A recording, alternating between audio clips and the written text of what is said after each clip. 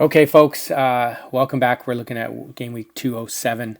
Hopefully you can hear me. I got some feedback on one of the last ones that I talked a bit too quiet, and I've actually gotten that on a previous one about a month or two ago. So sometimes I'm just being quiet because my kids are sleeping or something, but I got to remember to speak up, of course. So hopefully you can hear me okay. But thanks for the comments, even just like tips or feedback like that's just helpful.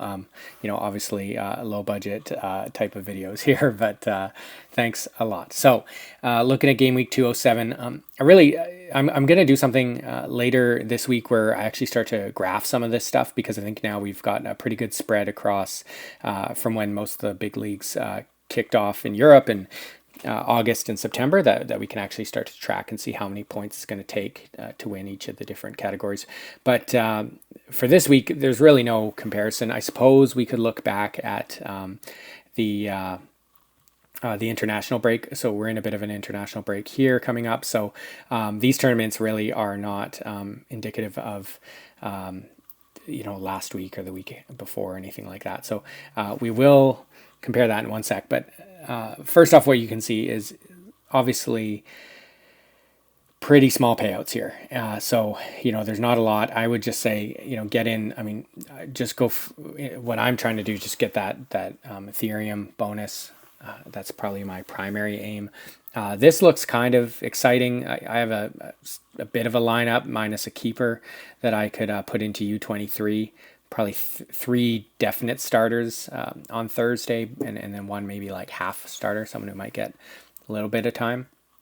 But the fact there's only 11, I mean, I think there's clearly going to be 11 whales or whatever out there that'll scoop up all the rewards here. So I'm just going to play up in here. I don't imagine I'll win anything but the Ethereum bonus. Same thing down here. Again, some nice low numbers to get into, but the payouts are just tiny. I mean, 6 winners. Those are going to be some of the best lineups that you'll see. So what is kind of interesting, when we look at limited, about the same amount of people, 5,000 or so far, and then but quite a few more people. So say 400, 300, 300 into these tournaments, and here 1,200, 6, 7. So more than twice as much. So really just showing that people are getting into this, that people are getting into Sorare through limited, and we're seeing sort of double the entrance. That these are some very accessible tourneys to get into. So the last thing I just want to leave you with is the just to get a sense of like point thresholds. Let's look at the previous international break, which was, I believe, like the 5th and the 9th, if I'm not mistaken. So yeah, so about it was kind of these two, these two here. So again, really low payouts, same thing, a little bit more, I suppose, at that time. But generally speaking, while you still expect Global All-Star to be pretty competitive, need 350 points, 400, and things like that.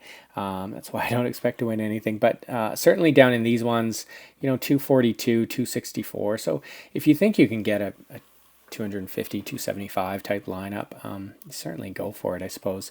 Even these ones down here, I mean, Asia in particular was down like under 200 in this one.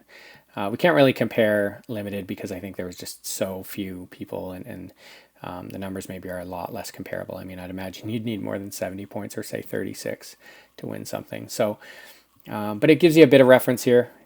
This is kind of what you should aim for, and you can go for it accordingly. So anyways, thanks for listening. The next one, like I said, I'll start to throw some graphs in, and we'll actually look at what the first sort of 6 or 8 weeks of some of the main European leagues have been looking like points wise. Okay, see ya.